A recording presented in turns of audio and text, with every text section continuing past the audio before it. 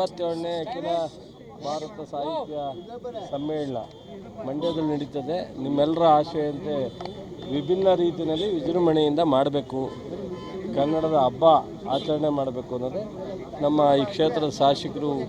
ನಾವು ಪ್ರತಿ ಮನೆ ಮೇಲೆ ಕನ್ನಡ ಬಾವುಟವನ್ನು ಆರಿಸಬೇಕು ಅಂತ ಸಂಕಲ್ಪ ಮಾಡಿದರು. ಅದನ್ನು ಇವತ್ತು ಅಧಿಕೃತವಾಗಿ ಉದ್ಘಾಟನೆ ಮಾಡಿದ್ದೀನಿ.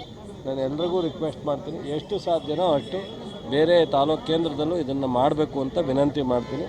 ಮತ್ತು 17ನೇ ತಾರೀಕು ಒಂದು ಮ್ಯಾರಥಾನ್ ಇಟ್ಟಿದ್ದಾರೆ, ಕನ್ನಡಕ್ಕಾಗಿ ಓಟ ಅಂತ ಹೇಳಿ. ಅವತ್ತು ಅನೇಕ ಬೇರೆ ಗಣ್ಯರನ್ನ ಕರೆಸ್ತಾ ಇದ್ದಾರೆ, ನಾನು ಬರ್ತೀನಿ ಅವತ್ತು ಸಹ ಈ ಥರದ ಒಂದು ನಿರಂತರವಾಗಿ. ಸೊ 20, 21, 22 ನಿರಂತರವಾಗಿ ಅಲ್ಲಿವರೆಗೆ ಒಂದಲ್ಲ ಒಂದು ಪ್ರೀ ಪ್ರೋಗ್ರಾಮ್ ಥರ ನಡೆಯುತ್ತೆ. ಇದು ಭಾಳ ಯಶಸ್ವಿ ಮಾಡಬೇಕು ಅಂತ ಹೇಳಿ ಒಂದೆಲ್ಲರ ಪ್ರಯತ್ನ. ಕಾರ್ಯಕ್ರಮಗಳು ಸರ್ ಮಂಡ್ಯದಲ್ಲಿ ಮಾತ್ರ ವಿಶೇಷವಾಗಿ ನಡೀತಾ ಇದೆ ಸರ್ ಈ ಸರಿ. ಹೌದು, ಅದೇ ಉತ್ಸಾಹ. ಮಂಡ್ಯಕ್ಕೆ ಡಿಫರೆಂಟ್ ಆಗಿರಬೇಕು, ಮಂಡ್ಯಕ್ಕೆ ಒಂದು ಈ ಸಮ್ಮೇಳನ ಕಳೆ ಕಟ್ಟಬೇಕು.